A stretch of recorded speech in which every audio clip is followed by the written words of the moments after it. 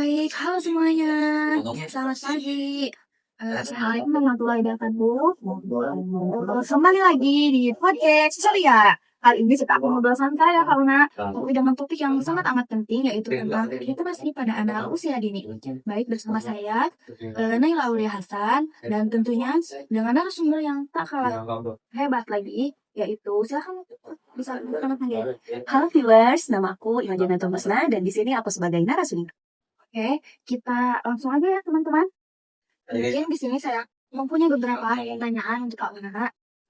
Untuk pertanyaan yang pertama ini, mungkin pertanyaan seputar apa itu literasi. Jadi untuk pertanyaan yang pertama ini, menurut Kak Una nih, sebagai calon pengajar, yang Kak Una ketahui tentang apa sih literasi pada anak usia dini itu? Oke, saya izin menjawab ya. Jadi menurut saya literasi anak usia dini itu bukan hanya sekedar baca dan menulis saja nih kan Mbak. Akan tetapi juga lebih ke gimana si anak itu mengenal dan menggunakan bahasa baik itu melalui lisan ataupun melalui tulisan. Kayak saat mereka dengerin cerita atau ngobrol sama orang tuanya atau sedang cerita bareng nih, terus dia nih menunjuk gambar yang ada di buku cerita tersebut, lalu mereka menceritakan versi mereka sendiri gitu. Nah, itu tuh udah termasuk literasi anak usia dini kan Naila. Jadi dari hal-hal kecil kayak gitu, kemampuan mereka itu dari hal-hal kecil seperti itu bisa mengembangkan dan menumbuhkan perkembangan bahasa dan literasi anak melalui mengekspresikan sesuatu cerita versi dari dia sendiri. Nah, hal-hal kecil seperti itu udah bisa disebut literasi loh kan Naila. Itu bisa disebut sebagai perkembangan literasi pada anak usia dini. Jadi intinya bahasa dan literasi menurut saya itu selain daripada membaca dan menulis, tetapi juga bagaimana anak itu memahami, memaknai dan juga menggunakan bahasa baik itu melalui lisan maupun tulisan karena itu. Jadi bahasa dan literasi anak itu apa sih?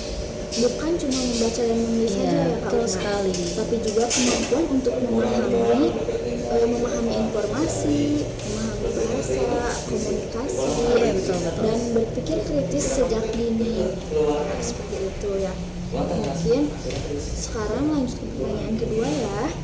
Untuk pertanyaan kedua, kenapa sih bahasa dan literasi anak itu sangat penting untuk anak usia dini? Oke, jadi seperti yang udah sama-sama kita tahu ya, viewers Piawut, masa anak usia dini itu apalagi di usia 2-5 tahun itu mereka sedang menginjak masa golden age atau masa emas di mana otak anak itu sedang berkembang pesat-pesatnya nih. Ibaratkan spons cuci piring, dia nih benar-benar menyerap semuanya gitu ke dalam otaknya itu. Nah, kalau dari kecil mereka udah diajarin dan udah dibiasain akrab sama buku, sama cerita-cerita atau sama lagu-lagu yang edukatif, itu bisa sangat amat membantu dalam perkembangan bahasanya, baik itu membacanya, komunikasinya, menulisnya.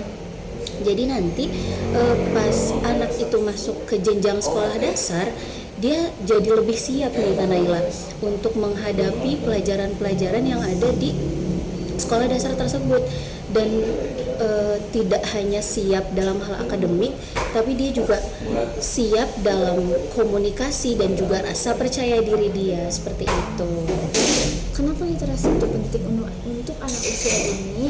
Yaitu karena anak usia dini itu adalah golden age, Ya, betul sekali. age ya, yang mana apapun yang ia lihat, apapun yang ia dengar, pasti akan ia mudah dan diserap dengan diri dia. Jadi apa sih, literasi membaca itu bisa membentuk cara berpikir, komunikasi dan kesiapan akademik. Betul sekali.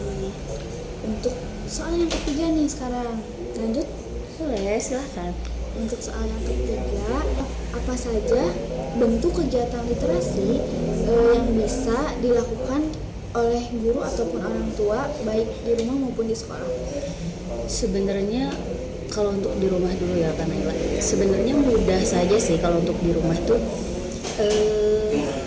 mungkin lebih ke ini ya, contoh kegiatannya tuh orang tua itu mengajak atau membiasakan membacakan cerita mungkin sebelum anak tidur, atau mengajak anak itu untuk nyanyi lagu bareng yang pastinya lagu-lagu edukatif ya. Terus sejak mereka bercerita tentang apa yang mereka gambar, kayak kan biasanya anak kecil tuh suka random ngegambar ya, kayak nah kita tuh Di tembok-tembok gitu. iya di tembok-tembok, di kertas.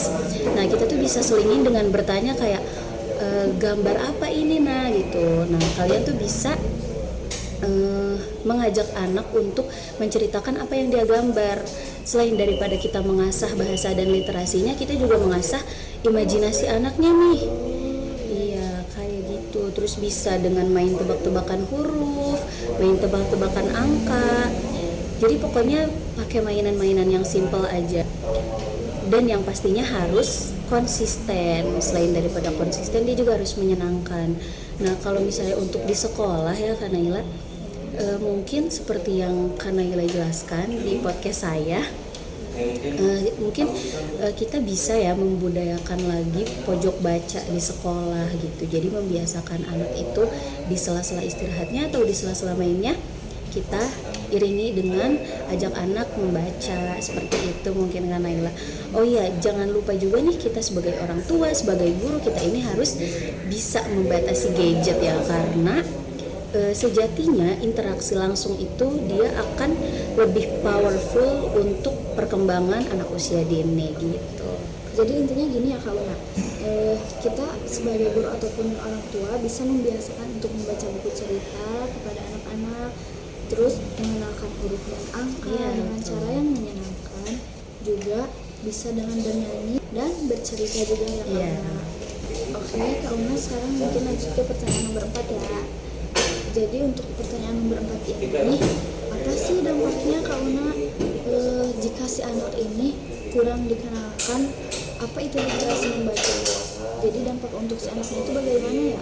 Oke, mungkin kalau untuk dampaknya dia lumayan panjang sih ya. Maksudnya karena bahasa dan literasi itu kan dasar ya. Maksudnya dalam komunikasi, dalam mengobrol, kita nih harus paham juga nih bahasa dan literasi itu. Nah jadi kalau misalnya dari kecil kita nggak membiasakan anak dan nggak memperkenalkan anak apa itu bahasa, apa itu literasi, anak itu akan jadi telat bicara kan ya. Akan jadi telat bicara, disebutnya apa? Speech delay. Iya kayak gitu. Jadi anak tuh akan sulit berbicara gitu. Yang harusnya pada umumnya misalnya nih anak 5 tahun dia nih udah lancar nih, lancar bercerita, lancar berbicara. Tapi kalau misalnya anak yang kurang atau bahkan nggak dikenalin sama bahasa dan literasi, dia akan jadi telat bicara. Selain itu dia juga akan jadi susah. Kayak maaf ya teman-teman, kepotong tadi ada telepon. Saya lanjut ya Kak Naila.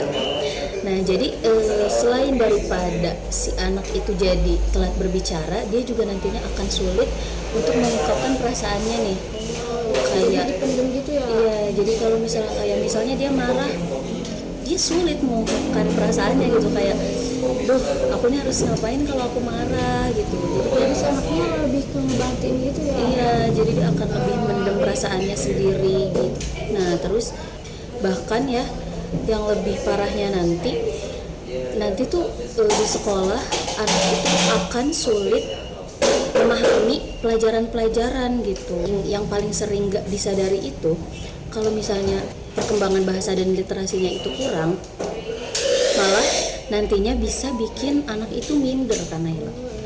Iya, percaya diri ya? iya, jadinya dia kurang percaya diri saat bersosialisasi sama lingkungannya, seperti itu mungkin dampaknya. Mungkin lebih ke anaknya murung gitu ya? Iya, Jadi intinya itu dampaknya itu jadi si anak mengalami keterlambatan berbicara Iya, atau speech delay. Iya, sering dikenal sebagai speech delay. Juga si anak menjadi kesulitan belajar. Iya, Kesulitan belajar. dia jadi sulit nih memahami pelajaran di sekolah nantinya gitu. Kurang percaya diri.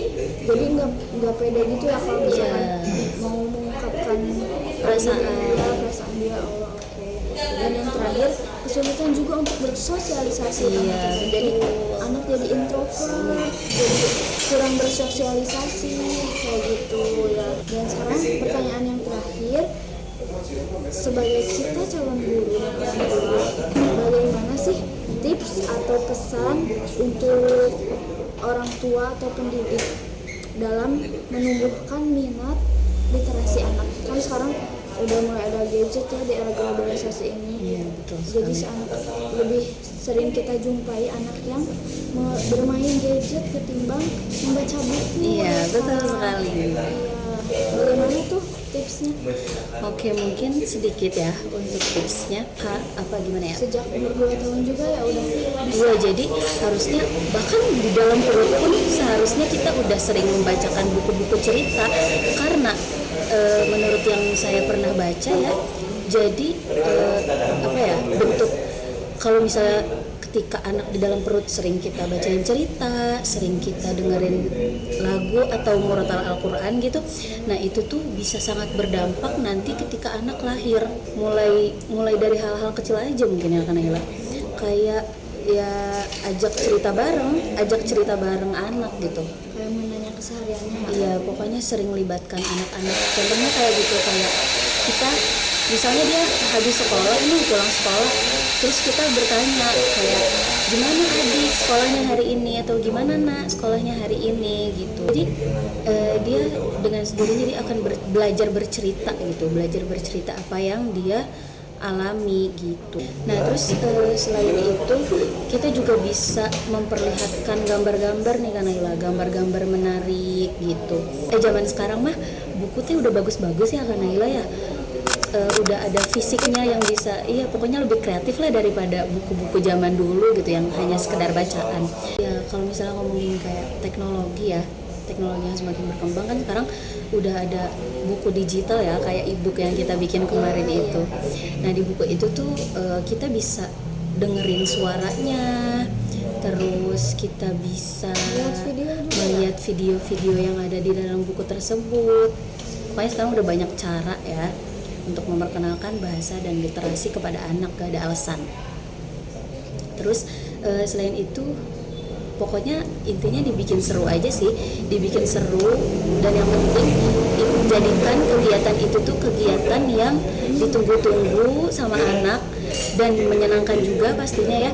Jangan jadikan kegiatan itu tuh sebagai kewajiban, gimana ya, jadi intinya memaksa gitu ya. Iya, nggak memaksa gitu. Nah jadi pokoknya bikin kegiatan itu tuh menyenangkan gitu. Jangan bikin anak itu berpikir itu tuh suatu tekanan, suatu beban gitu. Dan yang ada kalau misalnya kayak gitu anak jadi males, jadi nggak mau membaca gitu. Terus mungkin terakhir orang tua juga yang pastinya harus jadi contoh ya, karena anak kecil itu penerus handal teman-teman. Jadi apa yang dia lihat, apa yang dia dengar itu pasti akan langsung diserap, bahkan akan langsung dia lakukan gitu tanpa memikirkan ini tuh baik gak sih, ini tuh buruk gak sih gitu. Jadi kita sebagai orang-orang yang ada di lingkungan sekitarnya, kita harus mencontohkan yang baik-baik kepada anak. Karena kalau misalnya dia ngelihat nih orang tuanya sering membaca atau kakaknya sering membaca, dia juga otomatis akan ke bawah, akan meniru seperti itu. Jadi intinya yang pertama harus konsisten ya. Konsisten pastinya. Terus membuat kegiatan membaca itu menjadi hal yang ditunggu-tunggu oleh Iya, anak-anak. benar. Menyenangkan ya kayak gitu. Terus nih kita sebagai apa yang dilihat oleh anak, jadi kita harus mencontohkan yang baik dan benar biar anak itu bisa meniru kita. Iya. Terus batasi gadget juga ya Sauna. Penting banget itu ya teman-teman. Yang terakhir, ciptakan budaya membaca baik di rumah maupun di sekolah. Mungkin seperti itu aja ya Sauna pembahasan kita hari ini. Oke, baik. Wah, obrolan kita seru banget ya teman-teman. Kalau pembahasan ini bermanfaat ya buat kita, tentunya buat viewers semua yang mendengarkan podcast kita kali ini. Terus terima kasih banyak ya buat narasumber kita ini, buat Kak Ima. Terima kasih banyak Kak Ima atas waktunya dan atas ilmunya juga. Semoga bermanfaat ya teman-teman. Sampai jumpa di episode selanjutnya. Dadah.